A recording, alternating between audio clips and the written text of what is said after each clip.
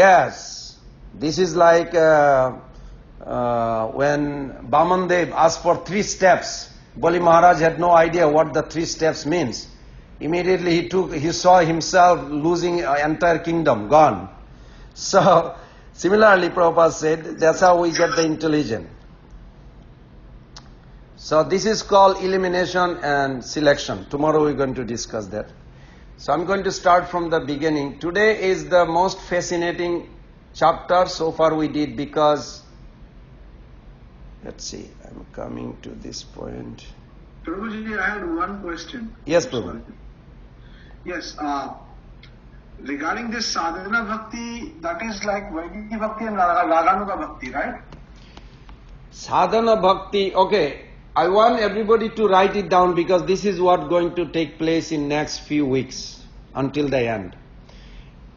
Maybe I'll send you the chart later, but just write it down. This is very important. Who can tell me first why we are doing Uttama Bhakti? We discussed this few times. Somebody has to found it. Why? Why need Uttama Bhakti?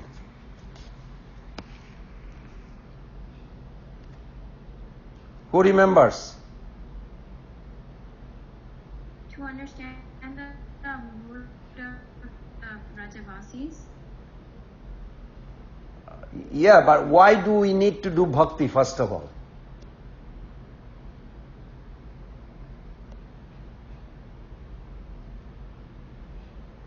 Who remembers? Krishna Prem is the fruit of Uttam Bhakti. Krishna Prem is the goal of Uttama Bhakti. Very good. But why we need Krishna Prem? Because everybody is looking for happiness. Happiness. And ultimate happiness is in spiritual realm. And you remember, who remembers that material happiness is divided into 2, just to refresh. See if you can do it. You have to remember this every day. Material happiness is 2. One is bhoga tega, another is chapala sukha. Who remembers the chapala sukha or bhoga tega means? Someone jump in. Chapala sukha is a flickering duration of the happiness. Good. You ever had an experience like this? Like you, Bhogatega in a sense, and Chapalosukha, material one, we want happiness. But the price we pay, it's so high. Just like if I want Rasgulla, I love Rasgulla because I grew up with the Rasgulla, K.C. Das Rasgulla in Calcutta. Okay, now if you want K.C. Das Rasgulla, and I make, say, $5,000 salary, and they say each Rasgulla is $2,000. Now I love Rasgulla, but for my whole month's salary, I can buy only 2.5 Rasgulla. And I really want 2 Rasgulla today. I just want to enjoy. But I lose my entire month's income. You follow? So the soul are seeking for happiness, and the material happiness is giving, but the price we have to pay, it's so high, so hard labor. The souls are like a lowest position of their hard labor in the material world. They should not work at all. In spiritual world, they do not work. It's a loving exchange. It's difference. Just like husband and wife, they love each other. If they give a one hug to each other, and if she say, oh, can I have a one more hug? Is it like a labor or is it an expression of love? It's an expression of love. It is not like, oh, it's so hard, we have to give hug 2 times or 3 times. No, it's an expression of love. It is not a hard labor. So the spiritual world is all expression of love. But each person is fully satisfied within.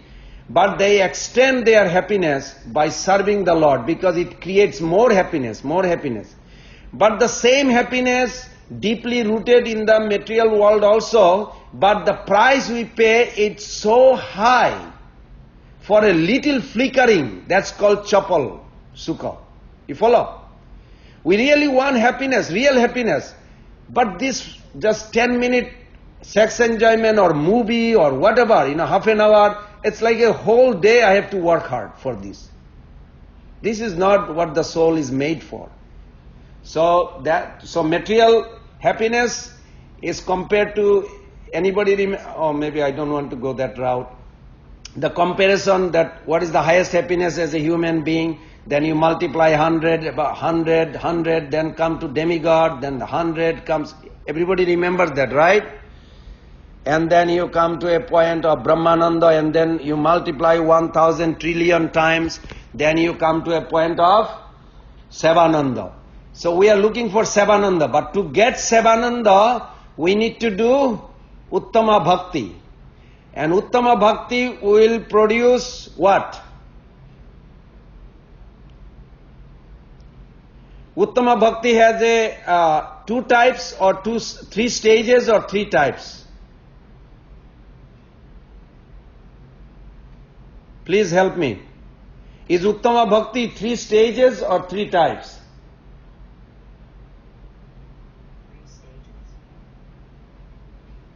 3 stages.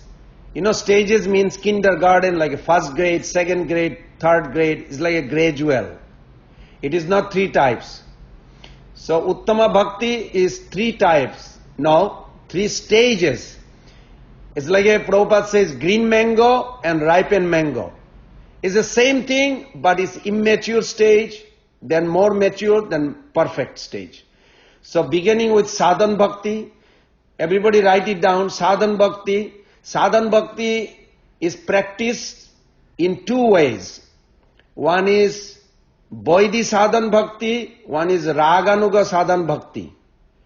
I was going to discuss tomorrow, but just to give you a little glimpse. Vaidhi sadhan bhakti, this practicing, this is what we are discussing last few weeks. And tomorrow we are going to start Raganuga sadhan bhakti. So Vaidhi sadhan bhakti means, we are going to discuss in a few minutes, but Vaidhi sadhan bhakti goal is Vaidhi bhava utthaya, or Vaidhi bhav, you can say. And sadhan bhakti in spontaneous or Raganuga will produce Raganuga bhav. Then Vaidhi bhav will give us the result of prema in Vaikuntha and Mahavaikuntha, like in Dwarka, Mathura. And Raganuga becomes Rupanuga, or in Brajavasi's mood, takes us to Braja Prem. Everybody is clear? Is it clear? Can you write it down again? What we are doing? Sorry? Yes, it's clear, bro. Okay, very good. So with that note, I'm going to start right now. That 13th chapter today, we finished up to 12th chapter yesterday. 13th chapter today, Srila Prabhupada writes, this chapter completes the discussion of 64 items. Now, yesterday already 64 items is complete. Why separate chapter is given by Rupa Goswami Pad and Prabhupada put this in a specific? In a minute we are going to discuss that. So, it elaborates on the wonderful effect of performing the 5 most potent forms of devotional service, describing in chapter 12. Begins to discuss some item wrongly considered to be angas of bhakti. Angas means limbs. So Srila Rupa Goswami Pad has already listed them as items of sadhana bhakti, but here mention them a second time to emphasize their superlative effectiveness in invoking devotion. Evoking, so when we say evoking ecstatic devotion means bhav. You can remember this, bhav, Prabhupada translate as a ecstatic bhakti or devotional service, and then spontaneous devotional service means prem. Don't think both are same, otherwise we will have a problem. Everybody understood me? Pitambar Prabhu, did you get it? We are practicing every day, we are chanting, We're bowing down to the Lord, we are honoring, we are paying obeisances, we are taking prasadam. You're doing this every day, right? So when you're doing what you are expecting, not to get love of God at prem, you think of bhav. Bhav proper translate means it is within your heart. It is not something to be produced. Then we'll discuss then what is the use of doing sadhana. We'll have this question answer at the end. But it is very interesting that today's subject matter, these 5 items, they repeated because this 5 item has the most potent to awaken your bhava just by doing one or combination of 5 or 2 or 3. Let me ask you a question. Who remembers this what Prabhupada said? Should we become master of all and jack of none, or jack of all trade and master of one?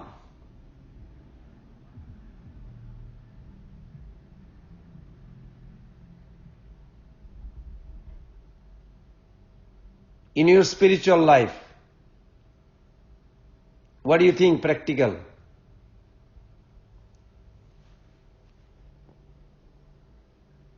You don't have to be afraid to answer. Jack of all and master of one. Jack of all and master of one? Yes. Who said that? Abhigyan Prabhu. Very good. Yes, that is exactly what Prabhupada said. Very good. So write it down. You should be aware of every limbs of bhakti. We should be fully aware. This way we can respect. But you become something you like, what you are naturally attracted, become the genius of that by performing more seriously. If you like to read Bhagavatam, then dive into it. Do your other limbs of bhakti just for the sake of doing, but adore, love what you are doing. At least one item or 2 items you should emphasize in your life the most. Just like Parikshit Maharaj was just by listening, Shukdev Goswami by speaking, Prahlad Maharaj by remembering, like this. So those are very important. Okay, so the final 5 items. Number 1, Sri Murtir Angri Sevane Prita. Now before I go there, I made a little question here.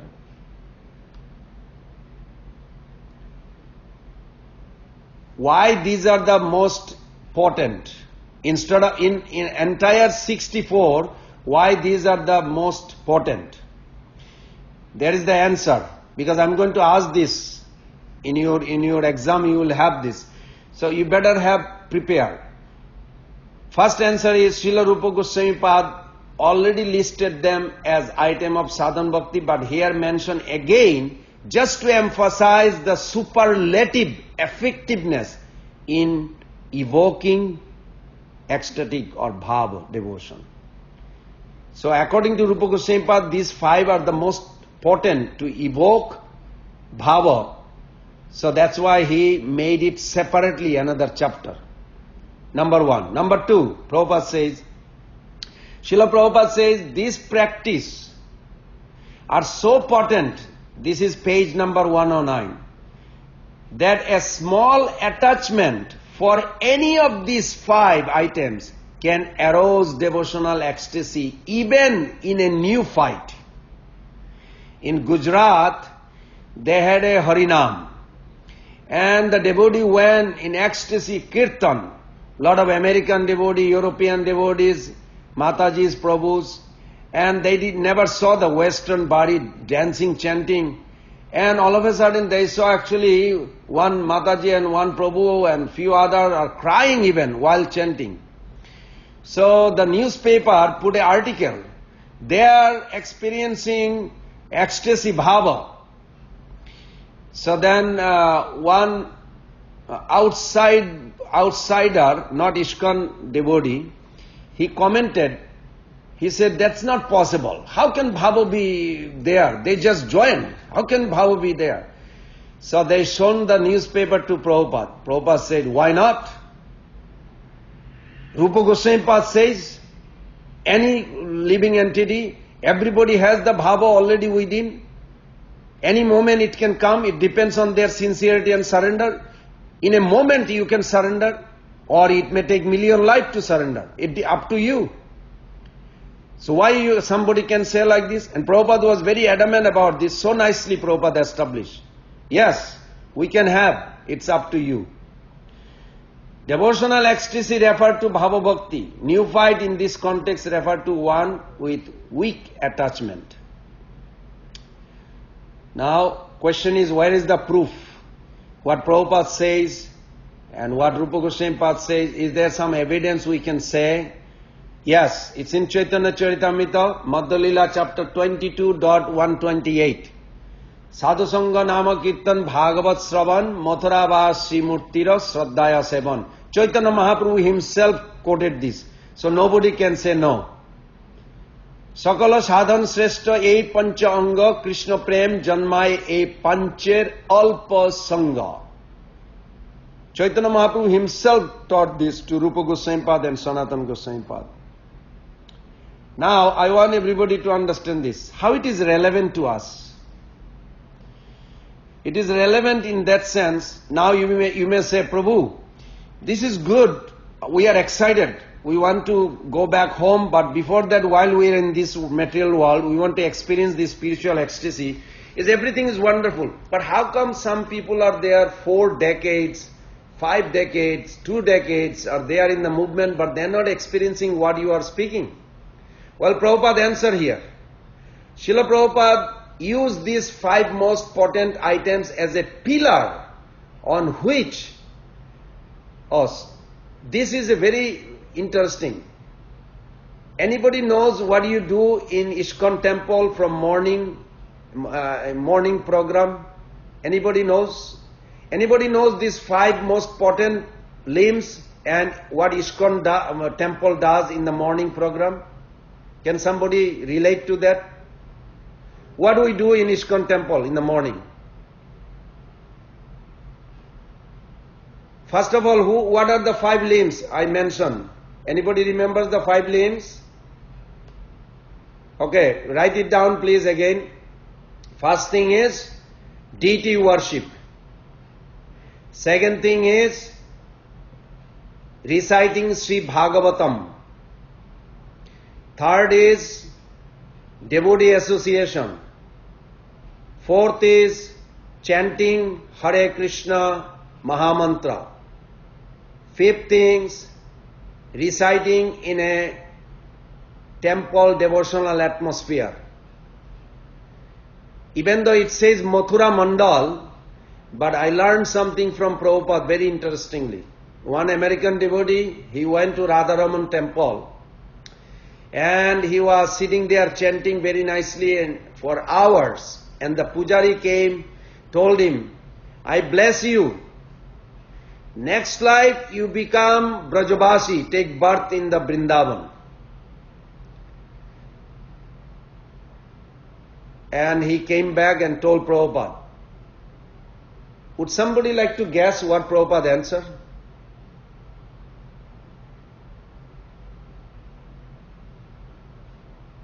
Would anybody like to guess what Prabhupada answered? I'll tell you what Prabhupada answered. I just want to see what you think. Because you live in America.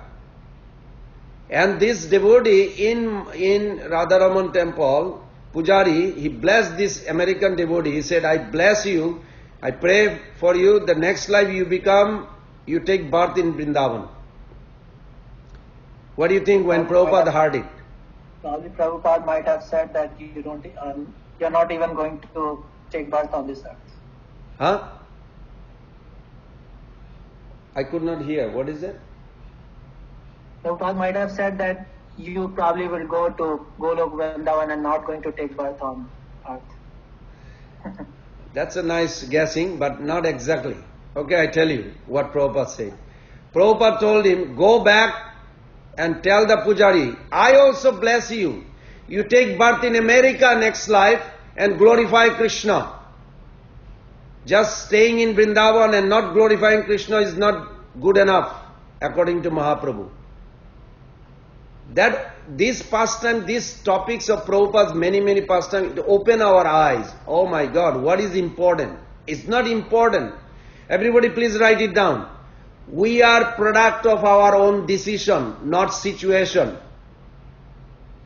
It's not important where you are born. It's not so much important. Okay, it has a facilities there. If you are born in a Indian culture, okay, you have a facility. That doesn't mean you are advanced. You may take the facility, you may not take the facility. Prahlad Maharaj was born in a demon family. His father was a big demon, biggest demon. So facility does not make, pure devotee are not born in the maternity, right? Pure devotee are born from where? From the choice they make in their life. This is very important. You should write those things that we are product of our decision, not situation. You can be born anywhere, but if you did not accept Krishna consciousness, what value? I could be born in a Brahman family, I don't do Krishna bhakti. I only do some Deva bhakti, demigod bhakti or whatever. Then it's simply wasting time. Okay, this is very nice. So these 5 limbs of bhakti, who is going to mention again? Somebody from, let's see, Nilachal. Who is Nilachal? I don't see the face. Can you say, Prabhu or Mataji, I'm not sure, what are the 5 limbs of most potent bhakti? Nilachal, name.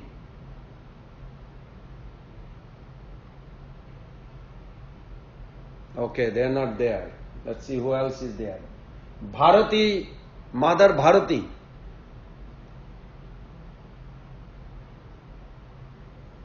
Is not there either. Hema Govinda Prabhu.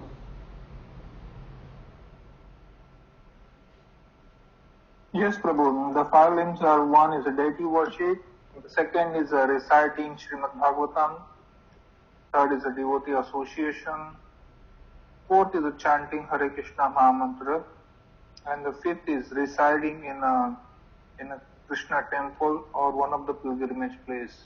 Wonderful. Thank you. That was very nice. Now, who is going to say how it is relevant to us? What we do in our temple, ISKCON temple? Somebody please. Shubham Shyam. I forgot who that devotee is. We chant in the temple, we recite Bhagavatam, we do deity worship, and we associate with devotees. So just by going to temple or just by following the Prabhupada's morning program, you do all the 5 activities. Isn't it wonderful? Yes, Prabhupada. Thank you. Wonderful. Very good. This is how Prabhupada set up. What Prabhupada did is unbelievable. Only through the eye of Rupa Goswami Pad we can appreciate and thank to Prabhupada. So let's say, Jai Srila Prabhupada ki Jai. This is such a wonderful that Prabhupada actually established based on these 5 principles. Such a important factor. Okay, now we are going to discuss one by one limbs. Oh, I'm sorry, I asked that question, how Prabhupada set up, but why they don't get the taste. Any one of these items can quickly arouse bhava bhakti even in a new fight. However, these powerful items will not bestow their effects as long one commits offenses.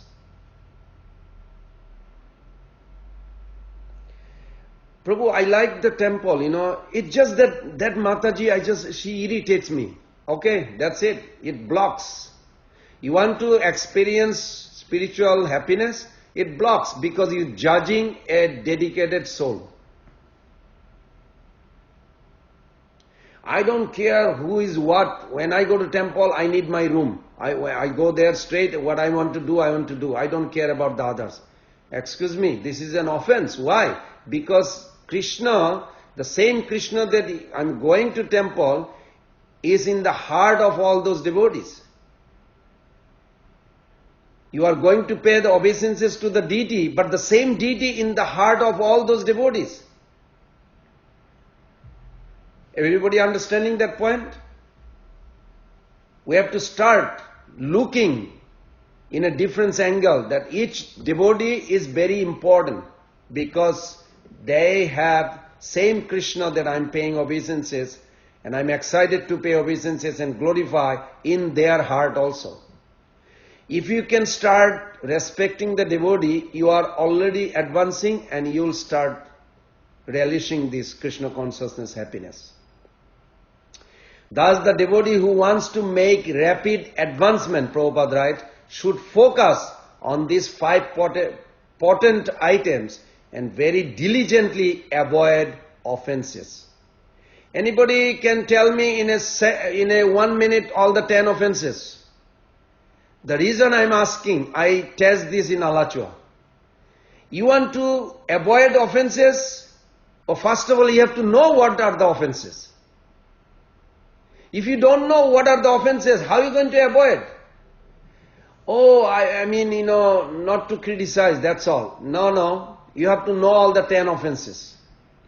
If you do not know the 10 offenses, then how are you going to avoid? It makes sense? Who is saying? Go ahead.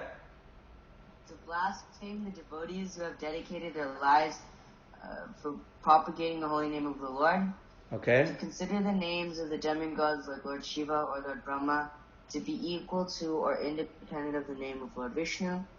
To disobey the orders of the spiritual master. To blaspheme the Vedic scriptures or scriptures in the pursuance of the Vedic version. To consider the glories of chanting Hare Krishna to be an imagination. To give some interpretation to the holy name of the Lord. To commit sinful activities on the strength of the holy name. To consider the chanting of Hare Krishna as one of the auspicious ritualistic activities which are offered to the Vedas as fruitive activities, karma kanda. To instruct a faithless person about the glories of the holy name. And 10. To not have complete faith in the chanting of the holy name, and to maintain material attachment even after understanding so many instructions on that matter. Very good. Very good. Who is that? Gora Chand. Very nice. Who knows the first offense? What is the first offense? To blaspheme the devotees who have dedicated their lives for propagating the holy name of the Lord. What is that means? Do you know? How many way you do this? Like to say bad things about devotees who are dedicated in their devotional lives. Okay. And that's 1. There are 6. Hanti nindati vaidesti vaishnavanam na abhinandati. You know why I remember? Because I was afraid. Out of fear I learned that verse and contemplate. Because I used to go to many years back, 20 years back, like if I would not like a devotee, I see him in the mall, I go other side of the mall. It's offense. Hasati, no hasati. If you don't feel happy by seeing a devotee, it is an offense. If you see demigod, you don't have to bow down. But if you see somebody with tilakam, you must bow down. This is the injunction. So seeing a devotee, we should be happy. But sometimes our mind trick us and judge us. So this is 1. And the second is Hanti Nindati Vaishnavanam na abhinandati. You don't welcome. If you see some devotee came, you just go on the other side. Even in the temple. He's on the other side, you are on the other side. You don't want to talk. Why can't you just smile and say Hare Krishna? And in your heart you say, this is so nice, seeing a Krishna's representative. Why we don't do this? Because we have impersonalism, contamination. We isolate ourselves. No, I like only this devotee, he's my friend, she's my friend, no, they are not really my friend. I just say, I just don't talk. No, you have to see them as a devotee. That is very important. Hanti nindati vaidishti vaishnavanam na abhinandati. So we have to be very careful, and if you are careful, then you will get love of Godhead. Okay. So first Prabhu, thing, can you say that shloka again? Hanti. You know Hanti means... Find that sloka, Prabhu. I can put it on the post later. Okay, alright, thank you. Okay. There are 6 ways you have to always be careful. Just be careful, that's all. I'm not going to judge you. And guess what Prabhupada says when you are careful not to commit offense? Anybody heard this, what Prabhupada says? When you are careful, you have to know all these 10 offenses and the 6 Vaishnava offenses. When you are aware of it and you try not to commit, then where are you at that point?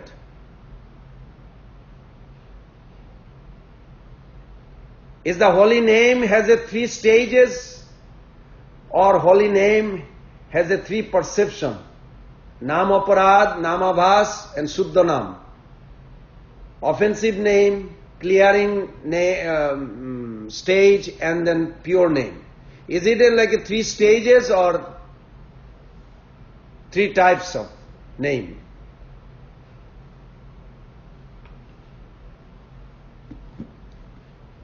Anybody understood the question? Not making clear. Okay. If you are in the moon planet, is the moon complete or there is a crescent, there is a half moon, quarter moon in the moon planet, or moon planet is always full moon? Which one? It's always full. Very good. So holy name is always full and complete and pure.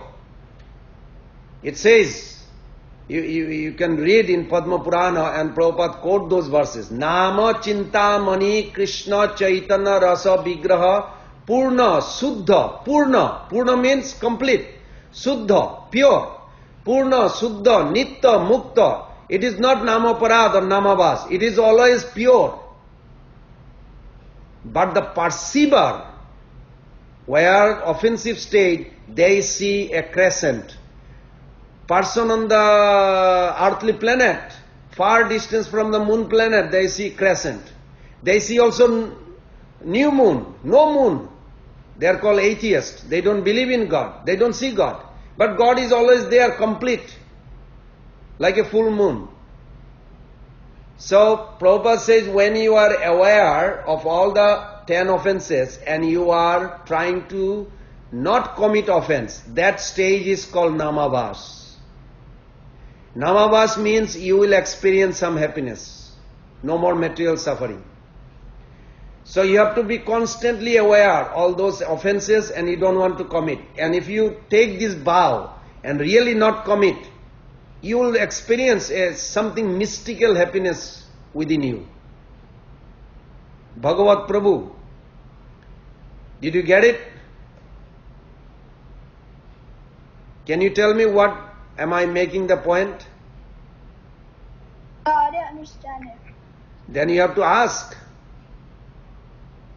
I see you are busy with the chair. Now pay attention. You have to know all the 10 offenses on your throat. You know what is that means? On throat means? Meaning you can, anytime you can say it and memorize and just try to apply this. When you are very careful, cautious not to commit offense, at that time you will get out of namaparad to above namabhas.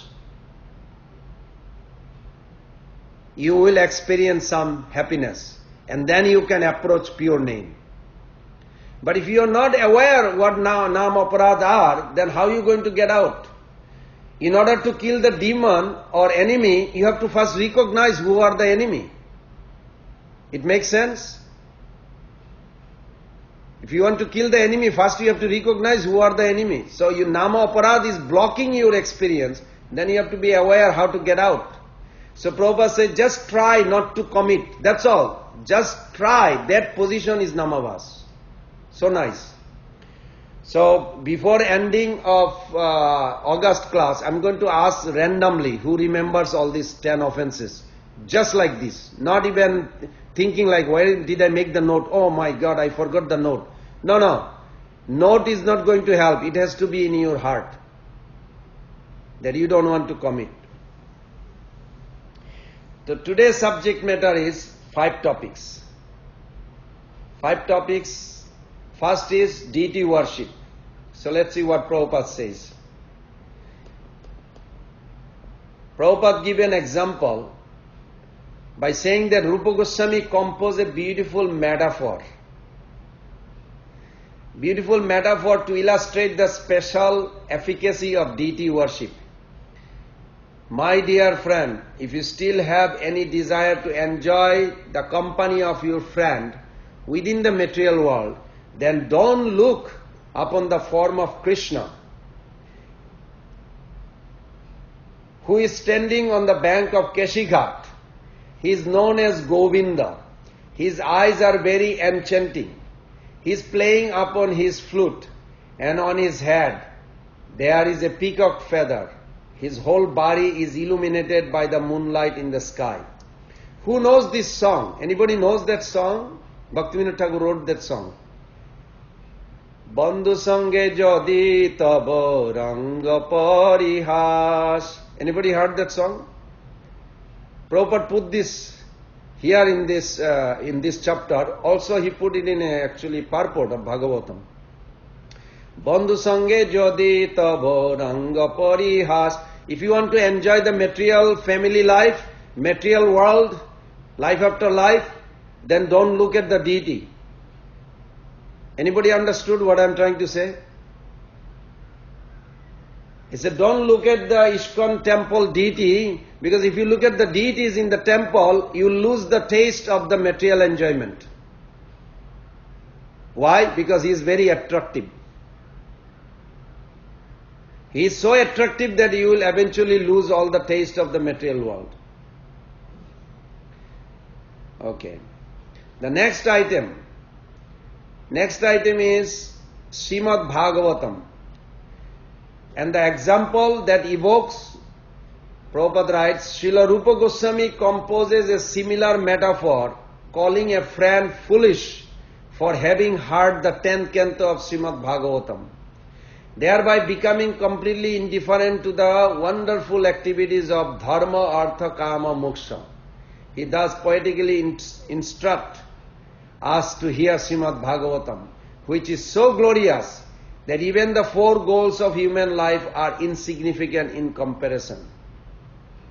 More you hear about Bhagavatam, you lose taste of this material world. This is what Prabhupada is explaining. The next item is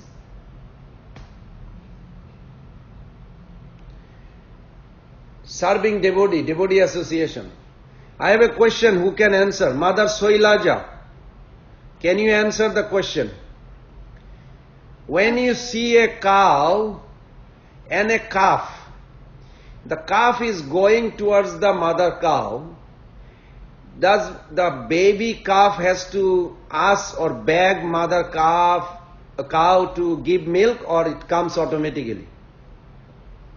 I think he has to ask first, or like it comes, yeah. I think it comes first, he has to beg for it. You sure the baby calf has to beg for the milk? No. It comes automatically. Okay, now you change it. Very good. Why it comes automatically? Because a mother's love is different than any other love. Because a mother could never say no to you. Okay, the affection. Very good. So Prabhupada gave a very nice logic here. I'm just putting into an example. Associate with the devotees who cares for your spiritual life. Write it down. Associate with the devotees. 3 things. Who has the same goal, that they want to go to Golok Vrindavan. Don't associate with somebody who only talks about Ram Katha, but his goal is to merge into Ram. Chaitanya Mahaprabhu was so angry with Ramdas Bishwas. And the devotees were surprised why Mahaprabhu is angry. He says, I don't want to see his face. And they got scared. But he talks about Lord Ram so nicely. And he cries for Lord Ram. So then when Mahaprabhu says, if anybody ever asks me to bring him to me, I'm going to leave all of you and go somewhere else. In Jagannath Puri he said that. Then all the devotee immediately got scared. They interviewed him. Hey, you are chanting Ram's Leela, you singing whole day, and you crying. What is your goal? What do you want? He said, I just want to merge into the body of Ram. Why? Why you want to merge into them? Because I don't want any existence. Any mother would like to see their child want to merge inside the womb where the baby comes from? Can somebody answer? Prabhupada asked that question. If the child comes, he is grown up now, 30 years old. Oh mommy, so much trouble in life. I wish I could re-enter in your womb and just stay there, never come out. You think that's a good idea? Anybody? Please raise hand who thinks it's a good idea. No, that's not a good idea. Who is saying that? Okay. Ishwapuni. Okay. Why it's not a good idea, mother?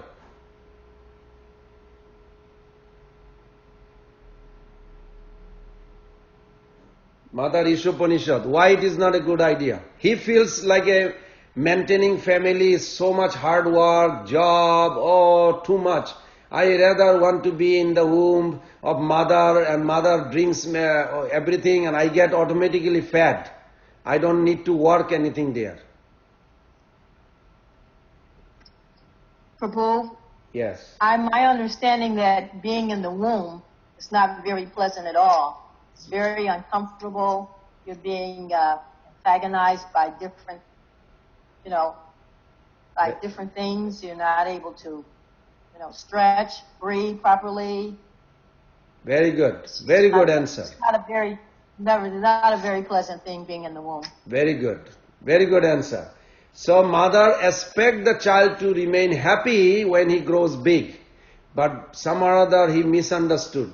So similarly, you have to associate with the devotees who have similar goal, not different goal. Just because somebody knows so many sloka or philosophy doesn't mean he has the same goal. You have to find out what Rupa Goswami Pad says, Sajatiya. Sajatiya means he has to have the same mentality but with a higher consciousness. Snigdha, also who has affection. There may be a sannyasi who is very advanced, but he doesn't want to talk to you. He doesn't want to give Harikatha or talk about Krishna to you.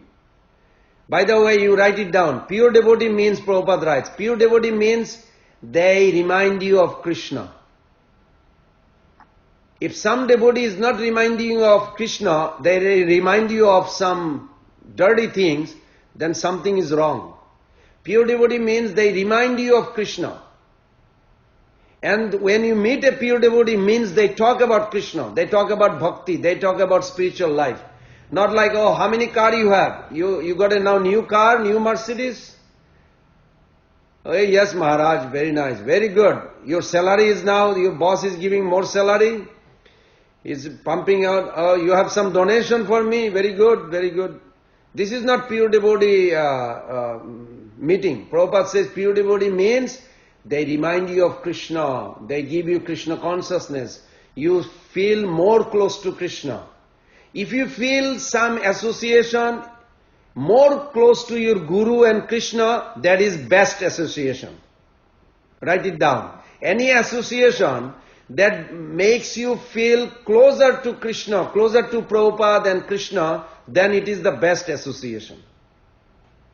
Just like a baby calf goes to the mother cow and mother cow gives milk. Similarly, pure devotee means they naturally have an affection to give Krishna consciousness to others. So don't go to person who say, hey, what are you doing? Let's go watch a movie. That's not a devotee association. Maybe you want to watch a movie, it's okay, but don't consider that is a devotee association. Devotee association means who cares for your spiritual life, number one. That person has an affection for my spiritual growth. He may be advanced, but he doesn't care my spiritual life. Is that good? No. So you have to have that discrimination with you, that you want to progress and make sure your help from a source you getting is also compassionate towards you. Next. Mantra, Srinam Sankirtan. ভজনের মধ্যে শ্রেষ্ঠ নববিধা ভক্তি, কৃষ্ণ প্রেম কৃষ্ণ দিতে ধরে মহাশক্তি। তার মধ্যে সর্বশ্রেষ্ঠ নাম সংকীর্তন, নিরপাদে নাম লইলে পায় প্রেমধন। It is said that the saint have been able to hear the vibrating string of the Veena in the hand of Narada. This is what Prabhupada is saying in that chapter, who is always singing the glories of Lord Krishna. Now this same sound vibration has entered my ears, and I am always feeling the presence of the Supreme Personality of. Gradually I am becoming bereft of all attachment for material enjoyment. This is very good. And we'll discuss more. The next one is Mathura Mandal, because I want to have some question answer too. Mathura Mandal, we already discussed about that Mathura means, what is Vrindavan means? What is Prabhupada's definition of Vrindavan means? Where everybody, all the time, everywhere trying to please Krishna. That is called Vrindavan. It could be in Alachua, it could be in New Orleans, it could be, you go to Mayapur, Prabhu, you live in America, is there a way I can go there? I asked why you want to go there, because I also went for some material purpose. Why you want to go there? Just want to work few years to make some money. Why you want to get married? No. Why you lying? If you don't want to get married, then why you need the money for? My parents are, so you became devotee to maintain your parents? You go get job outside. Why you became devotee here as a brahmachari? Why you not straightforward? And he got so scared. I said, you know why? Because I come from that background. And this is not a straightforward Vaishnava association. You be straightforward. Prabhu, I want to make money, I want to get married, I want to have a material enjoyment. But this is, if I say this, then everybody will know my dirty part of the heart. But Vaishnavism means straightforward. So, you can be in Mayapur, you can be in Vrindavan, but thinking about America. Which part is good? Or you can be in New Orleans, think of Vrindavan, Krishna. Which one is better? Because we are product of our decision, means by consciousness. In New York, Prabhupada was in the hospital. And Prabhupada told this story, that he was ringing bell in Radha Damodar temple. And his eyes closed, evening arati going on, he's ringing bell. You know, Prabhupada ring bells means not like a hand bell, is like with the rope. So he said, I was ringing bell, then all of a sudden I felt little chest pain. So I opened my eyes, and then I found myself in the hospital in New York. He told this to Akinchan Krishnadas Babaji Maharaj, who narrated this story beautifully. He said, your Swami Maharaj, he is in New York, but he is also in Vrindavan, because he is always serving the Lord, Radha Damodar, even in New York. So Prabhupada constantly, Prabhupada says, Vrindavan is a state of consciousness, where devotional service is full-fledged. It is not a physical proximity. I give you a little story of Bhakti Siddhanta Saraswati Thakur time, so you will understand. There is one devotee who did not want to go outside Mayapur. So Bhakti Siddhanta Thakur says, I want you to go out and preach. But Prabhupada, I don't want to go, I want to just stay in Holidham. Prabhupada said, no, I want you to go outside and preach. You're supposed to obey your Guru's order. But Prabhupada, can I do some service here? I just don't want to leave. I don't want to go away from Holidham. And then there is another devotee, same time. It's a beautiful story. I met one of them to hear that story. in 1978. I remember that story, very nice. Then there is another devotee, he was working, taking care of the cows. And Bhakti Siddhanta Surya Thakur says, are you happy? He says, yes, Prabhupada, I am happy to serve under your guidance. Very nice. I think this Kartik, I want you to go to Vrindavan, have a darshan of Vrindavan and see Radha Krishna's Lila stall, Vrindavan. Okay, Prabhupada, whatever you want. So this devotee, he went to Vrindavan and he arrived in Mathura in the train station in the evening, and then he came to Gauriya Math and he paid obeisances. 1933, Bhakti Siddhanta Thakur was present and he paid obeisances in Gaur Arati. He came right in the evening, Aratik time. He put his luggage and he paid obeisances and he started dancing, I'm in Vrindavan, I'm in Vrindavan. And he's so happy and he paid obeisances, he never got up, left his body. Prabhupada Bhakti Siddhanta Thakur says, this is entering in Vrindavan. He entered into Golok Vrindavan. He already went there because he obeyed his guru. And the other devotee, he is so fanatic, he doesn't want to go outside Mayapur. So Bhakti Siddhanta Thakur requested him to go out, but he doesn't want to go. All of a sudden a disease came. Such a disease, we don't know what kind of disease. Those days, they did not identify all this cancer, all this disease. So the local doctor cannot fix it, Krishnanagar doctor cannot fix it. He went to Calcutta hospital and he's getting cured and he died there. Everybody understood how you enter into Vrindavan, Golok Vrindavan? Follow your guru's instruction. It is not your ability that you enter into Vrindavan. Under guidance of your guru, when you follow, you serve. You can be in New Orleans. When death comes in your old age, you will enter in Golok Vrindavan if you are following sadhana under your guru's guidance. Not by physical proximity of buying ticket to go to Vrindavan. Okay. Now, anybody needs 5 minutes break or we just...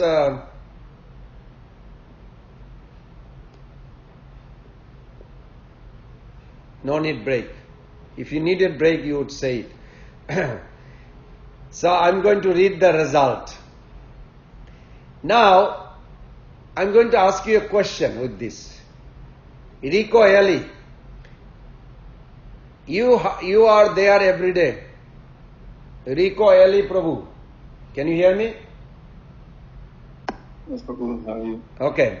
You heard me, last few weeks we are discussing about 64 limbs. But in your heart, I'm just using you as an example. In your heart, you may want to get married and you want to have a children, or you want to do some work outside and enjoy a little bit life. You want to be straightforward. You want to do practice bhakti, devotional service, but you also want to have a material family life and this, that. But you found in 64 items, there is no mention about marriage. Now, is this getting married is not a bhakti or what? You have any idea? Or you are scared to answer? Anybody remembers in 64 items anything mentioned about marriage? No, nothing. It's not a limbs of bhakti. Wait a minute, then we should not get married or what? But I want to make money. I being honest to you, when I came in 80s, 89, in America, I wanted to make money and become rich, and Krishna gave me. But Krishna also pulled me out of it. Very interesting. So, question is that I want to get married, make money and this, that, enjoy also life side by side, but it is not part of the bhakti looks like. We just read a whole few weeks we went through. How do we reconcile? So, at the end, Prabhupada, of that chapter, Prabhupada writes very nicely. Srila Rupa Goswami first analyzed Varnashram Dharma, concludes that it is not item of bhakti. However, a devotee who is not yet fully attached to unalloyed glorification of Krishna may utilize varnashram dharma to regulate and purify his destructing material desire. So goal is not to get married. Just like you want to drive to Miami. Goal is not to ride the car. Goal is to go to Miami, reach Miami. But you need the vehicle to go there. Everybody understand that example? Rico, Prabhu. Yes. Okay. Understand. So our goal is Krishna Prem. Before getting Krishna Prem, we need to revive the Bhava Bhakti. To get the Bhava Bhakti, we need to do Sadhan Bhakti. This 64 article, especially this 5, most important. But my mind is disturbed. I get disturbed, agitated. So you get a wife. Get legitimate, Vaishnava way, get married, procreate children. You fulfill that desire. But your goal is not just to get married life after life. No. Your goal is to do pure bhakti. But in order to do it nicely, you may want to get married. You may need a car instead of walking 10 miles every day. So like this, you take the facility, whatever you need, but that's not our goal. Like this way. In Bhagavatam, it says that family life is like a deep dark well. You know, deep dark well, the conception means you're looking for water and you're searching, but there is no water. But Bhagavatam also said, what is this? Gopal Radhe Prabhu. Yesterday he quoted this verse. Komarat acharet pragya dharman bhagavataniha. Prahlad Maharaj, first instruction to the demoniac children. Komarat acharet pragya dharman bhagavatamiha. Durlava manava janma tatrabi adhrubam arthadam. Very beautiful verse. And here Prahlad Maharaj says, yes, this human life is very temporary, but if you can utilize it, it can give you the highest goal of life. And if you feel disturbed, you need to get married, then get married to a devotee girl that, or for a Mataji to a boy, that who will make your family life like a fort. You know fort, the idea of fort Prabhupada used. Fort means inside that ashram, you will not be attacked by Maya. So to take a shelter, you may want to go to that route. It's okay. So it's not a question of getting married or not getting married. If you need a shelter because your senses are agitated, then stay married in a peaceful atmosphere where you will be protected from the attack of Maya.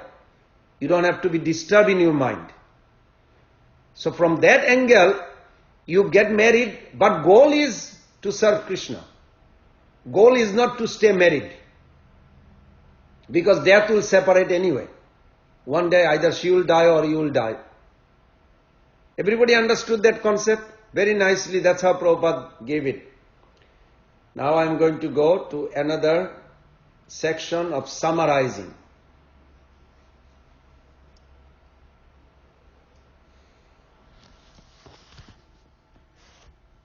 Okay. I was making... Yes, somebody has a question? Yes, Prabhu. Yes, Prabhu. You said married to somebody where you will not be attacked by Maya. That means you want somebody to be very possessive or taking care of everything, or how does she protect you from the Maya? It's very simple. In marriage counsel, today is not a marriage counseling, but in topics, I thought about it one time because I was counseling to a young couple. You check what you want, what she wants, and you also check what she does not want, what you want, she doesn't want, and what she wants, you don't want.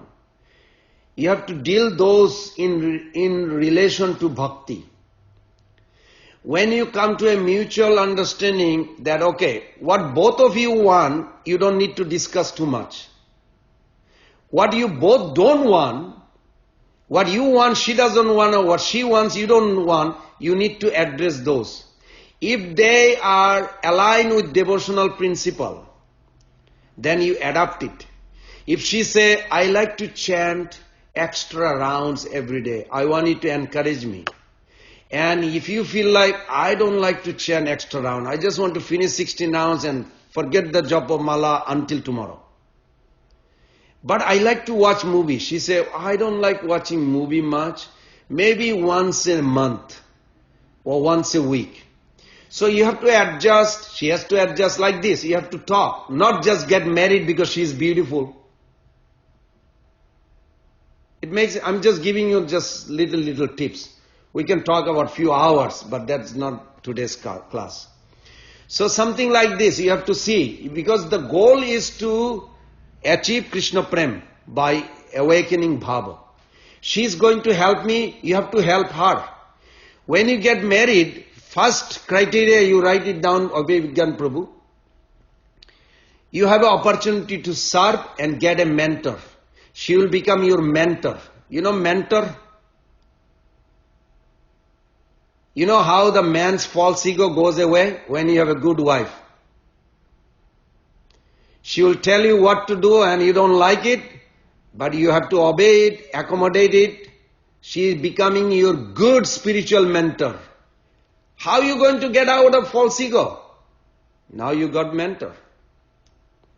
So it's good. If you can see from spiritual angle, you will respect her. Do not see her as an object of your senses. You see her as a devotee of Krishna. Krishna sent her as a gift in my life so that I can appreciate. Like this way, devotional way, then it can be very harmonious, wonderful living. And the biggest problem, I'm being very straightforward, majority they see an object of my senses. And this is not a criteria of Vaishnava culture marriage. Then there is a problem. Okay. So question comes, okay, so far we learned a lot of things. You might be thinking, gosh, when this will be over in August, oh good. Oh, 2 hours, my God, I have to hear him.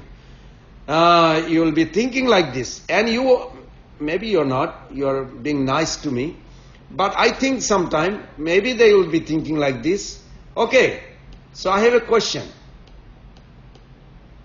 Is this the Hare Krishna philosophy that we are discussing every week for 2 hours, 3 days, 2 days? Is it just another philosophy I have an option to hear?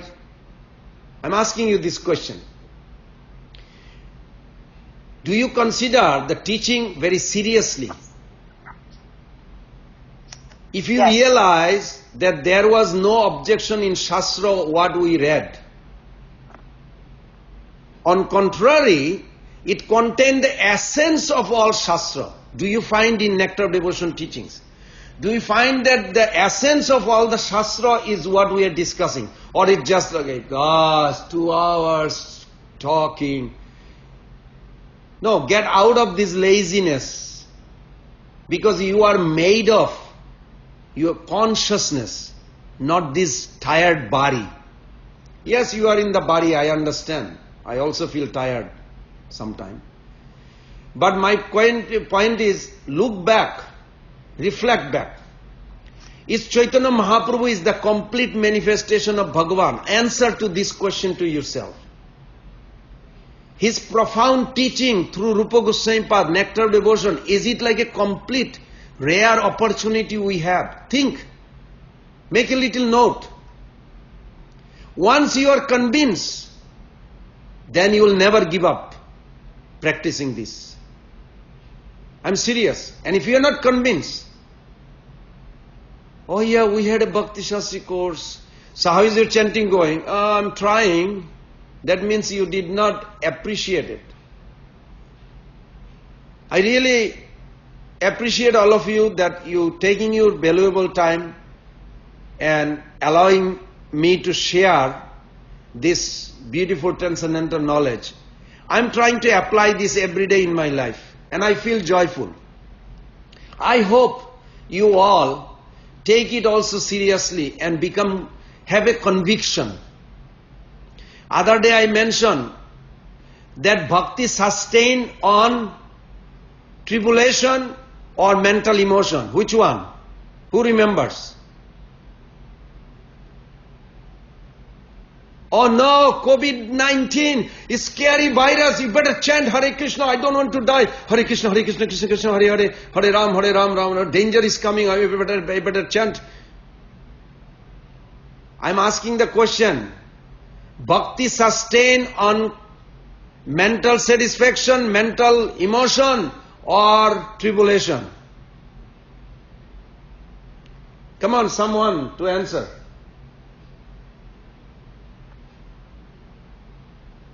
Neither. Neither tribulation nor mental emotion. Then what? Conviction. Conviction, bhakti sustain, write it down. Bhakti sustain. You know, sustain means your livelihood. How you earn the money, how you continue your bhakti. When you have a conviction and determination. Bhakti sustain on determination and conviction, not on tribulation. Oh, I don't feel good today. You know, I may not go to temple. Why? I don't feel good. I'm tired. I didn't have enough sleep. I'm just going to rest a little bit, maybe watch a little movie, or I'll chant later. You are dependent on your mental emotion. Bhakti does not sustain on mental emotion. Because today you may feel good, tomorrow you may not feel good. So please everybody write it down. Shyama Sundar Prabhu, please write it down. Hearing is good, but writing down, otherwise you'll forget. That bhakti is sustained on conviction and determination, not on mental emotion or say mental satisfaction or tribulation. Got it? Very good. So my question is now,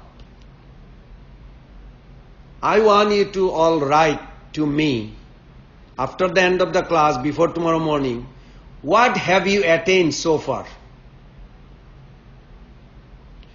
You have come to spend time. Gopal Radhe Prabhu, Sadhadev Prabhu, they arrange all this beautiful, wonderful. You are appreciating. You remember to retain knowledge, you have to have these three components. Very good. But ask yourself, what have I attained so far? What have I gained through this knowledge? How am I going to apply? This question I'm asking you. So Rupa Goswami Pad, I'm just going to give you brief so you will have some idea. So far where do we come? Because tomorrow we are going to start a new section. It's called Raganuga Bhakti. Today we are finishing Vaidhi Bhakti.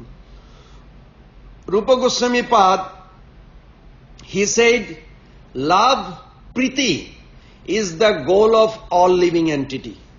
Everybody is looking for love. You remember Prabhupada says in the preface,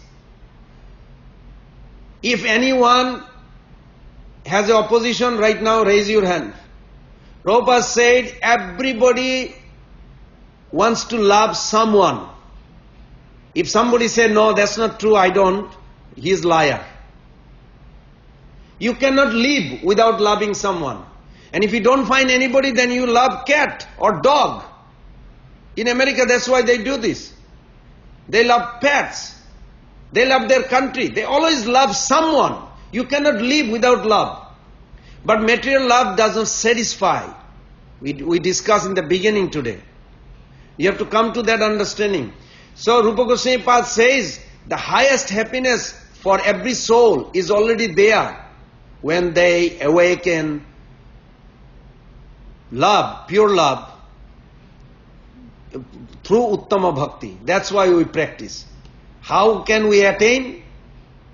Krishna Bhakti, which is free from any trace of knowledge or karma, jnana or karma. Even though jnani and karmi, you may say like in America, everybody is not a devotee. How come they are not devotee? What they are doing? Because they are ignorant about this bhakti. They are not eligible yet. You can help them to come. During the stage of spiritual practice, it is called sadhana bhakti. You have to remember this.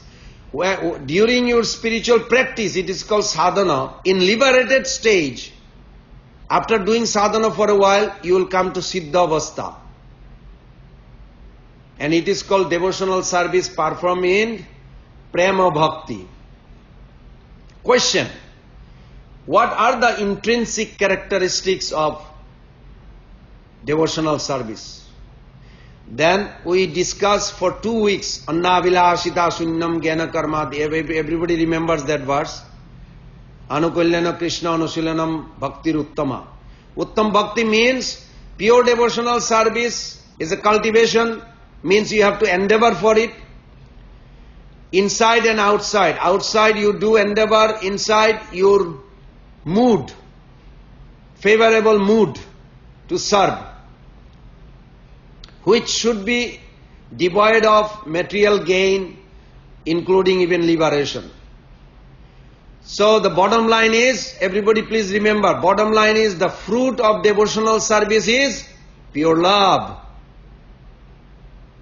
Now question comes, what are the various distinctive characteristics of bhakti? We discuss, and this is going to come. I'm going to assign at the last week. Each person has to explain 6 characteristics. Whenever you have time, you read those. These are very important. What are the results you're going to get? Because they will motivate you. Like for an example, if question comes, how it is rare? It is rare. The bhakti, pure bhakti is rare. We should understand very carefully that bhakti will remain elusive so long as one performs devotional service improperly. Even if one engages in millions of different spiritual practice, apart from that, Bhakti Devi satisfies the majority of people with only impersonal liberation.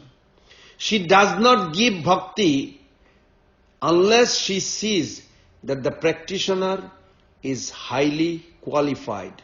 You have to beg for it, even though it is within you, but it will never manifest until Krishna sanctions it. This is a key point we should remember. How powerful is bhakti? Bhakti, this love is so powerful that Krishna forgets that he is Supreme God. He goes under love. It is so powerful. So we discussed those. Then we also discussed how does bhakti attracts all attractive Sri Krishna. An answer we remember, I'm just paraphrasing. Sri Krishna together with all his loved ones become forcibly attracted and controlled by a person within whose heart Bhakti Devi has appeared. Krishna cannot be controlled or attracted by any other means. You cannot approach God, go directly to God without bhakti. Not possible.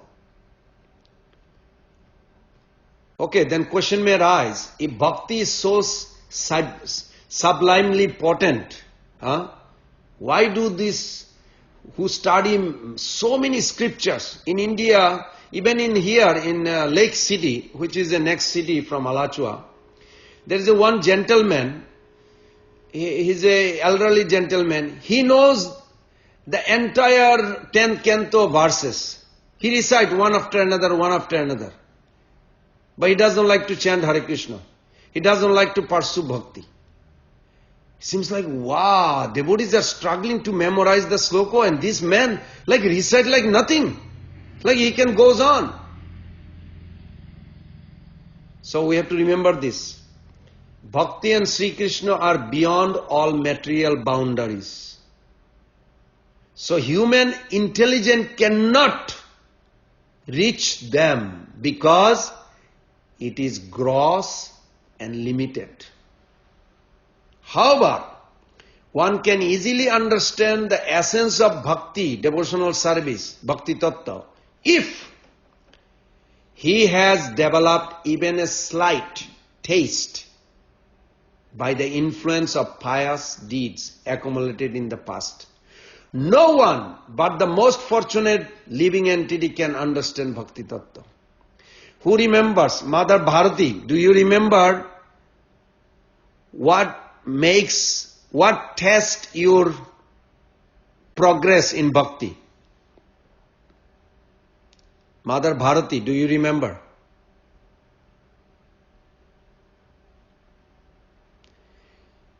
How do we test that we are progressing or not progressing? She cannot hear, I guess. Who is going to answer? Mother Gopika Devi. Maya? Huh? What did you say? Maya. I have a problem of hearing. What you are saying? I said Maya. Maya. Maya has nothing to do. Maya will trick you, Prabhu, opposite. How someone knows? How do you know that you are progressing? Please write it down. You already wrote it down, you forgot. The test of progression in bhakti is the taste. Do you like it? Do you like to chant? Do you like to bow down to the Lord? Do you feel happy to that your parents are devotee? Do you feel happy? That itself is the test that you are progressing. If you don't like devotees, that means you are going away. Maya is pulling you out. Mother Gopika Devidasi. So what tests your progression in bhakti? It's the taste. Very good. Of how much you like it. Yes. Everybody must remember, these are the key points I mentioned few times. Very good. Thank you. Then question we also discuss another week. Why does material logic carry no weight? You may say. People are very logician. We also use logic every day. Answer was given. Logic does not have the qualities necessary for understanding spiritual pleasures. The logic does not have the quality necessary for understanding spiritual happiness. It is not proper to use argument to destroy the wisdom of the absolute truth. We should remember, even Mahabharata emphasized, Vedanta Sutra emphasized, the logic is useless. You should write it down. Logic is useless. Prabhupada quote this, Tarka Pratishtanat. Tarka Pratishtanat. This is a gist quote. Logic is useless for establishing spiritual substance. Why? Because what one person established by logic and argument today, more expert logician will refute tomorrow. That is why it is said that logic carries no respect in spiritual understanding. All this statement of the Vedanta established that logic cannot explain spiritual matter. So don't use for logic. I don't feel good. That's not a good logic. That's material. Okay. Now I have again same question. Is there any stage of bhakti between sadhan bhakti and prema bhakti? Come on, somebody answer in a quick. Is there a stage between sadhan and prema? Bhava Bhakti. Very good. Wonderful answer. Bhava Bhakti means you are paying attention. And is this the three stages? Oh, I already said that, so I cannot ask that question. Sadhan Bhakti produce Bhava, Bhava produce Prema. Very good, we discussed that. What are the characteristics of Sadhan Bhakti? If somebody say, okay, you want to do sadhana, every day you're doing, what are the characteristics? Characteristics is, Bhakti is one. The difference are between the different stages of development. As long as bhakti is performed by the conditioned jiva, by means of his senses, it is called sadhan bhakti. This is a simple way of understanding. Everybody got it?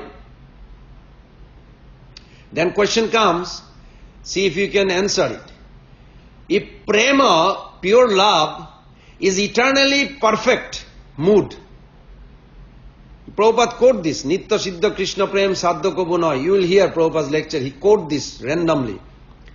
So why is it necessary to practice in order to attain sentiment that is eternally perfect?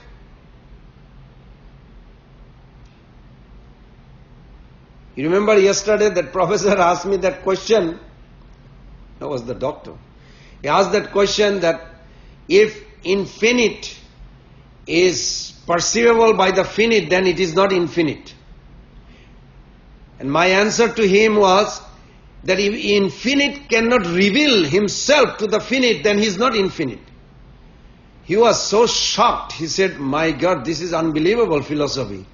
Where do you get this? I said, from this book. So we have to be very thoughtful to practice. This is a conscious choice. Bhakti is a conscious choice. It is not by force or sentimental or judgmental. We want to be better than Hindus, better than Muslim, better than Christian. No, this is not what we do. Because this is a function of every soul's heart. What is bhakti? Is the function of the heart of every soul. Whether it's a Hindu, Muslim, Christian, doesn't matter. It's the function of the heart. So then question comes that if prem is eternally perfect, then why we need to practice to awaken this? Answer is I'm going to give you, but I'm going to ask you again tomorrow. Nitya Siddha Bhav is not actually something to be gained from elsewhere. That is true.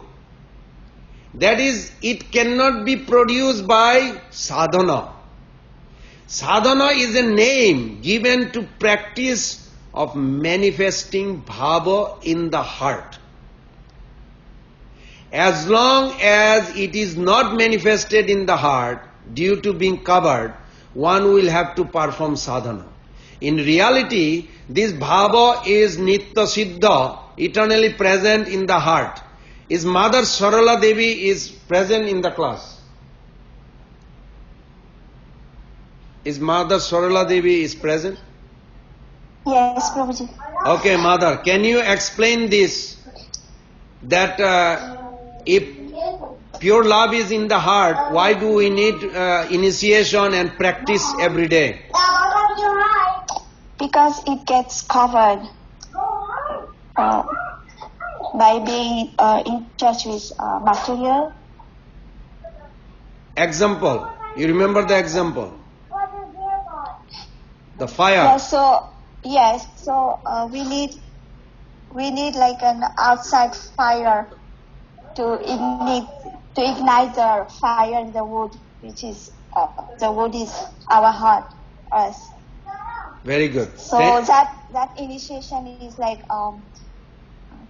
putting that consciousness. Everybody understood? This is very nice. You know what I did? I'm sometimes acting like a dumb, and I did. I took a piece of wood to a saw machine. And on the way to Gainesville, there is a sawmill. So I took it. I said, there is a fire in the wood. I want to make it into dust. And he did it. But there was no sign of fire. In other words, you can try to take the fire out of a piece of wood by any other process. You will never make it until the fire elements comes from outside. Everybody understood? So love of God is inside, but it has to be ignited by the person's connection, guru or pure devotees connection, that when we practice that connection like a two piece of wood rubbing each other every day, mind, material ego and the pure ego is rubbing pure goodness, then all of a sudden you say, oh my God, I cannot live without Krishna, I love you Krishna, and that's it, your life changes. So this is a very good example. Thank you. Now, question may come. What is the distinguishing characteristic feature of sadhana? What is the distinguishing characteristic? Sadhana bhakti is, I'm going to give you one line. Please write it down. Jena kena upayana. You may not remember the sloka, but there is a sloka Rupa Goswami Pad gave. Jena kena upayana mano Krishna niveshayat. Sadhana bhakti is any method that trains the mind to become Krishna conscious. That's it. What is sadhana bhakti? Where is Mother Krishna?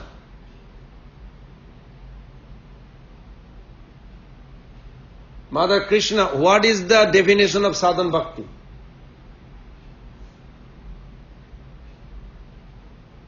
To train the mind in Krishna consciousness. Yes, any process. So out of 64, anything that will make you to think of Krishna and come to Krishna, it is sadhana bhakti. Everybody got it? Very good. Not that you have to do all the limbs. Any limbs out of these 5, if you are attracted, any limbs, just go with it. But be aware of the other limbs also. Any activity in this sadhana bhakti that makes you Krishna conscious, your mind is focused. Just like Mother Yashoda calls one time Krishna, Gopal. Krishna could not hold his royal position. He took off his crown and everything and ran towards Mother Yashoda. So like this, any name that you are attracted, keep on chanting that name. How many kinds of sadhana bhaktis are there? Anybody knows? How many kinds of sadhana bhakti? Who said 2? 2 types. Yes, what are those? Raganuga and then Dehi Bhakti and Raganuga Bhakti. Very good. Wonderful answer. This is just a reflection. I'm just summarizing what we reflect so far. And what is Vaidhi Bhakti? So far we finished, but what is Vaidhi Bhakti in one sentence? I want you to you can paraphrase your way. The living entity's spiritual propensity is manifest in 2 ways. The regulation found in the codes of Shastra are called Vidhi or regulations. And the inclination that has its origin in this Vidhi or regulation is called Vaidhi Pravritti, the tendency to follow scriptures. Bhakti that is caused by the discipline of scripture is called Vaidhi Bhakti.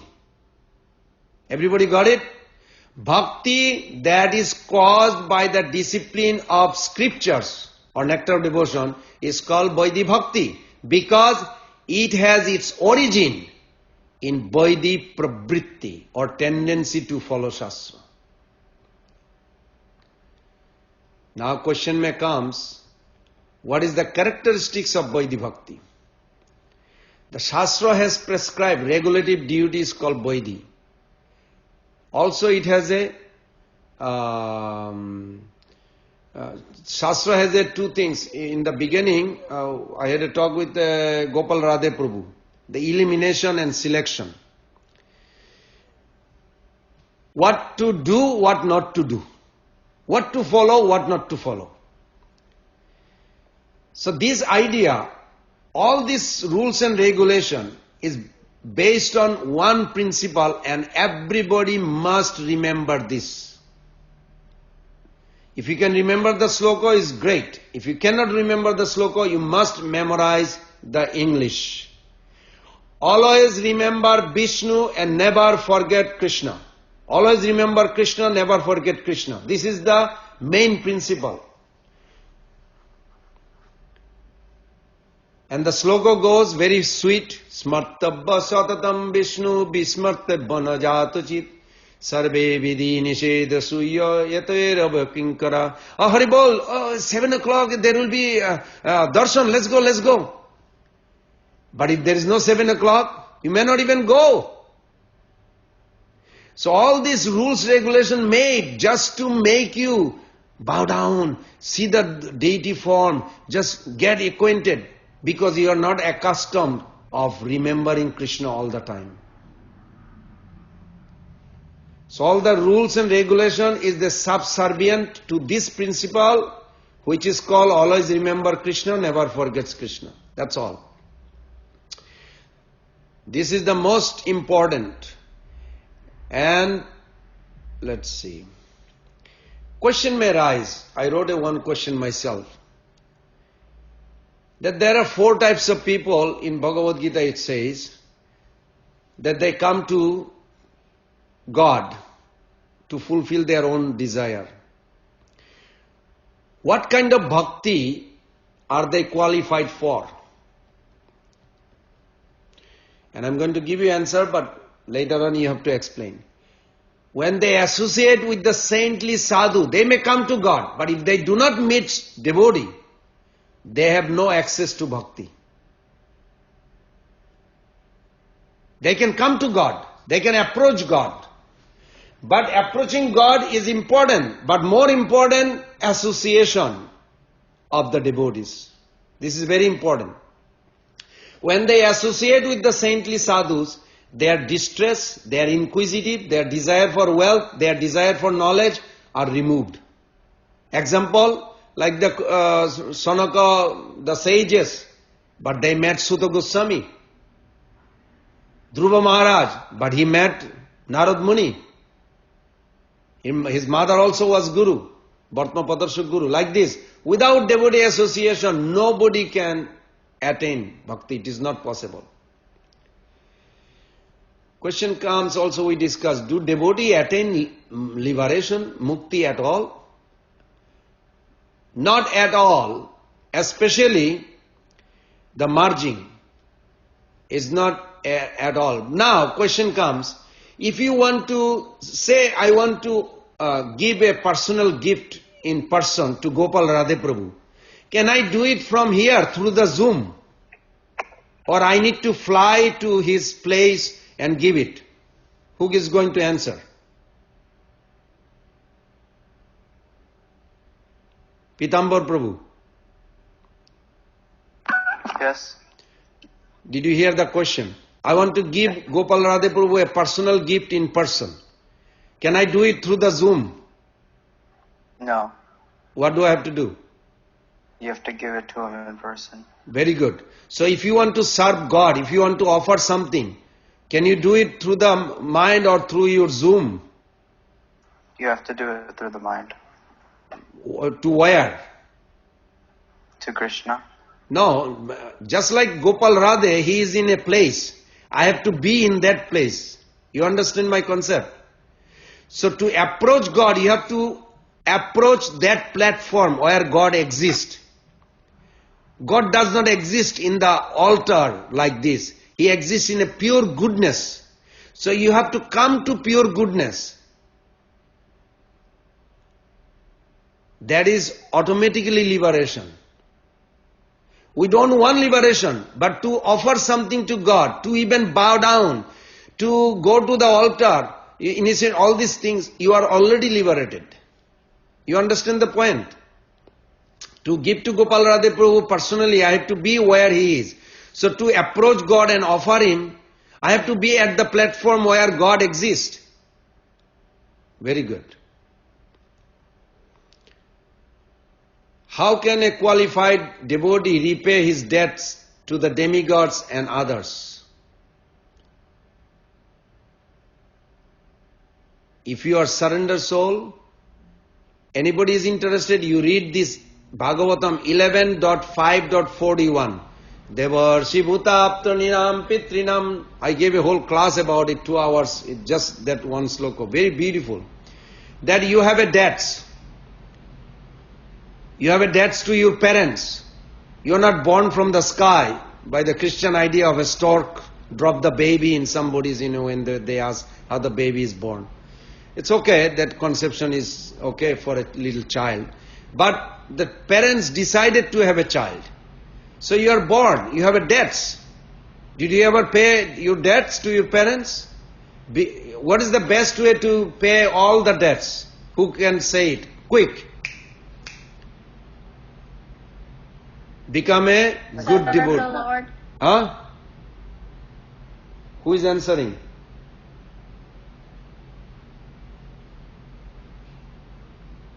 How do you pay your debts? Become a good devotee. That's the best way you can pay all your debts. And then you don't have to pay anybody any debts once you become a surrender soul. Okay, I will stop here. That was a long 2 hours class. Thank you for tolerating everything. I think I finished almost, and tomorrow we'll start a new section. I'm going to end with this, that today also one of the 5 items, one was holy name. I want everybody to remember this. Anytime you see me or anywhere talking, you remind me this also. Write it down. Sri Nam, Sri Hari's Nam, Sri Krishna's name is the life and soul of the mantra, Mahamantra. What is the life and soul in the Mahamantra? Is Krishna himself. It is not the mantra what purifies. It is Krishna in the mantra. So Sri Hari's name is the life and soul of the mantra. You have to remember this. The rishis added words such as Nama, we go, Nama Om Vishnu Padaya, we say this. So you have to always remember, it is Krishna within. Is the holy name live or dead?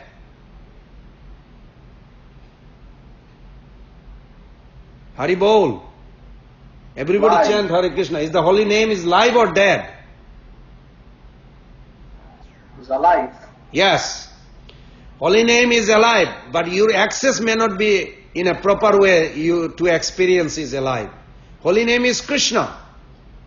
But how you approach, 2 things you need. Service attitude and under guidance. Do not approach directly without service attitude. Okay, I take the Japamala and here I am, Prabhu. I don't need to be remembering Guru or service attitude. I can just chant Hare Krishna. It will be alphabet. It will not be Krishna. When you have a service attitude and you have under guidance, by the mercy of my Guru, I am approaching the holy name. Then you will experience as alive. Okay, I'll stop here. I have 8 minutes to get some reflection, question, comments. There is somebody raised hand. Oh, somebody is raising hand? Hold on. Yes, Prabhu. প্রভু আপনি বাংলায় বলছি আমি রামানুজ প্রভু মহারাজের সঙ্গে ছিলেন অরল্যান্ডোতে, তো আপনি বলবেন তার সম্বন্ধে আপনি গুরু মহারাজের সঙ্গে ছিলেন অন্তিম সময়ে? আমি কালকে বলেছিলাম, কালকে শুনেছিলেন? না, আমি তো এর তো বাচ্চাদের ইংলিশ ক্লাস, তো আমি শুনতে আচ্ছা, পাই না। গোপাল রাধে প্রভুর কাছে রেকর্ডিং আছে কি? No, Prabhuji, I didn't record any of those. I'm sorry. Okay, maybe I'll tell you Prabhu privately because it takes like a half an hour because I have only 5 minutes. I don't think I can say the whole thing in 5 minutes. It's okay. I'll call you. But I can tell you one thing. You have to tell me. Yesterday I mentioned this. What is the value of person's presence if you did not miss him in his absence? Can you write it down and you please answer me to this? You don't have to answer me today, but answer me. What is the value of Bhakti Charu Maharaj's presence in your life if you did not miss him in his absence? Means in his absence what you are missing for? That will give you connection with him in your heart.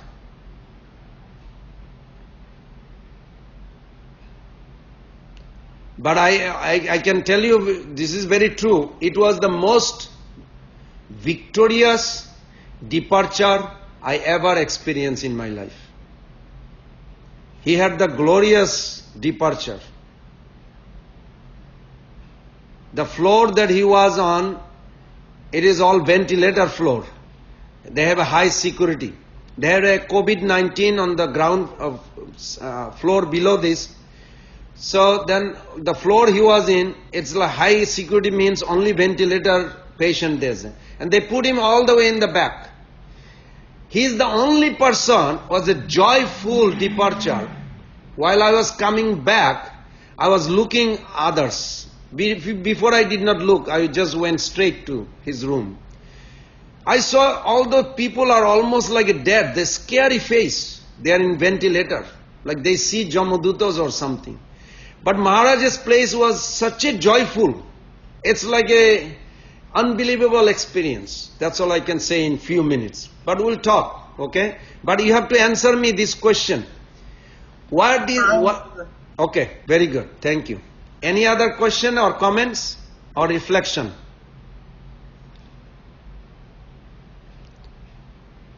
Come on, quick. Prabhu, Matajis. What did you learn today, Mother Ishopanishad? Jai Hare Krishna. Yes, Mother. What are you going Hare to Krishna. take with you? I learned always remember Krishna and never forget Krishna. Wonderful. Very good. Also, I wanted to remember the text that you said to go to and the payment to the demigods. Is that Canto 11, Chapter 5, Text 41? Yes. Devarshi Bhutapta Ninam Pitrinam. That's the verse. Very good. Okay, and I think Sadhana Bhakti is any method that trains the mind to be Krishna conscious. Wonderful. Now, yeah, very nice answer. Very good. Okay, next. Mother Bharati, what did you learn today? What are you going to remember? You cannot turn off your, you have to turn it on.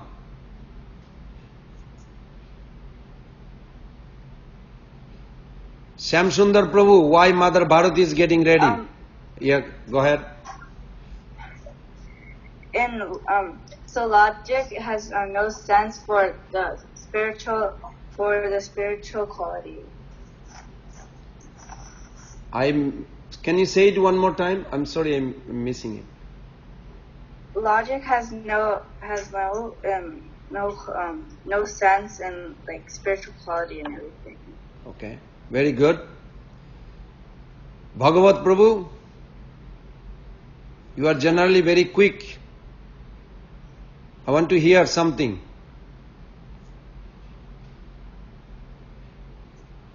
Shamsundar Prabhu, what did you learn? You cannot go to God without bhakti. That's what I learned. You cannot go to God what? Without bhakti. Without bhakti. Very good. Wonderful. Yes.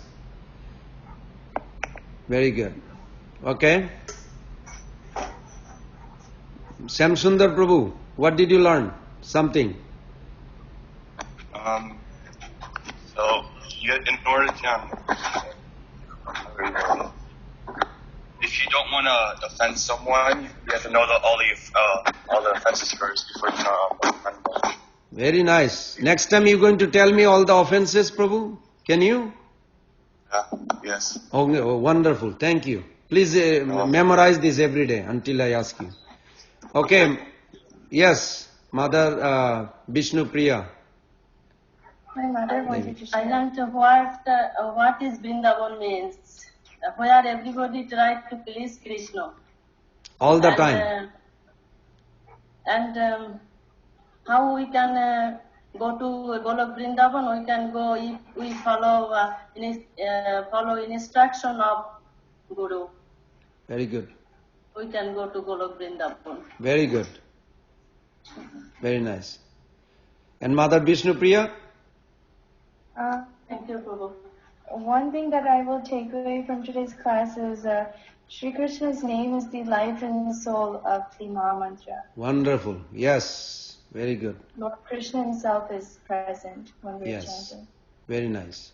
Pitambar Prabhu? Oh, what I learned during this class is that we cannot use logic to explain spiritual things.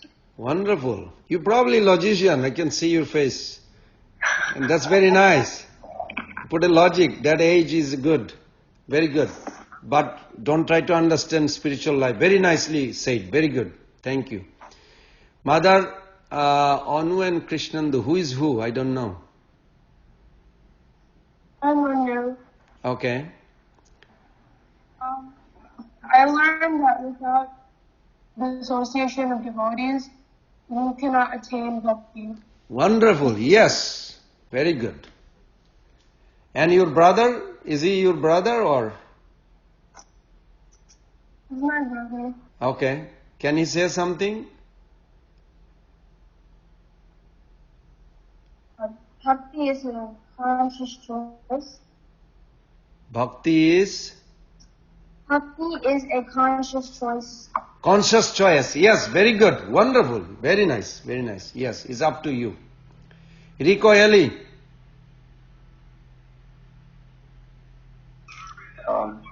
Krishna, let's see, I learned about, associating with only Krishna Pita concerning association with devotees. Similar minded, who has an affection for you. Very good. Very good. Correct. Thank you. Thank you. And Mother Madhurima. Oh, sorry. Your name is Madhurima, Mother? Yes. Okay. Go ahead. I I thought you were learned 50 years that- old. That's why. I thought. I learned that to go to Vrindavan, you have to follow your spiritual master. Very nice. Very good. Mother Manjari Dasi.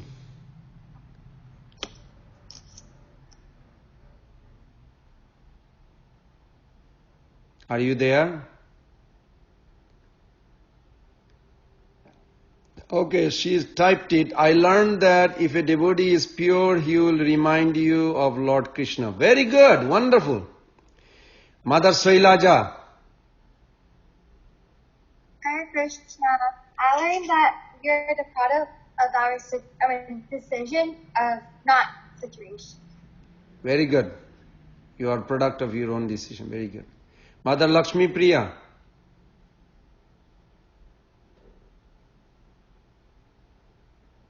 I also learned that you are a product of your decision, not situation. Okay, so you make your own conscious choice. At this moment, you are making your future. And whatever you are experiencing, you cannot blame anybody. It was your original, how Krishna gave you where this is, you wanted that. Okay, very nice. And then Anurup Bhakta. The thumbprint is very baby. I don't know who is Anurup Bhakta. Is it baby or grown up? Hare Krishna. Hare Krishna. I learned that the Mahamantra is not just, it's just not mantra, it's the life and soul of it is Krishna, and very good. Krishna is present there. Very nice. Jagannath Prabhu. Associate with the devotees who care for your spiritual advancement or who have the similar goals. Very good. Wonderful. Like-minded. Very good. And it's not Radhika and Nandu. Who are you, Prabhu? What name is your? Nanda Dulal. What I learned today is that bhakti is sustained by conviction and determination. Wow. Not that you feel good or not feel good, not like that, huh? No, it's conviction and your determination. Very good, very good, wonderful. Whom am I missing? Oh, the two sisters. Krishna and Bhagavati Devi. Where are they? They disappeared? No, they are here. Okay. Go ahead one by one. We should be aware of every glimpse of bhakti And there is 5 limbs of bhakti. First one is deity worship. Second one is reciting Bhagavad Gita. And third one is sadhu sangha. And fourth one is chanting Hare Krishna. And fifth one is reciting in temple devotional atmosphere. Wonderful. Very good. I learned that when we do sadhana as duty, it will be painful unless we change our sadhana unless we change the duty to acceptance. It is not going to be spontaneous. It's going to be painful. It's going to remain painful unless we change it to the duty to spontaneous. Such a wonderful. Now how do you get out of the painful situation of practicing? What do we have to do? We have to continuously practice it. Accept it. Accept it and apply it. Yes. Then it will become happy actually. Very good. Wonderful. Oh, this is such a nice. Am I missing someone? Yeah, Gopal Radhe Prabhu. Of course I'm missing. Okay, we'll have to end here, Prabhuji, after this. Okay. I really, the one thing that I really liked today was especially hearing this, that the name of Sri Hari is the life and soul of the mantra. Wonderful. Just the other day, my Guru Maharaj was saying that this Harinam, it is not an object, it is a person. Yes. So when you say that it's a person, that means he definitely has a soul. Yes. So what is the soul? So you answered my question today, that yes, the name Krishna is the soul of the holy name. Very good. That person, Nam Prabhu. Very good. Okay, everybody please chant one more time and obeisances. Hare Krishna, Krishna Krishna, Hare Hare. Hare Rama, Rama Rama, Hare Hare. Vancha kalpataru vishya kripa sindhu bevacha. Patitanam pavanebhyo vaishnavebhyo namo namo. We'll see you tomorrow. Hare Krishna.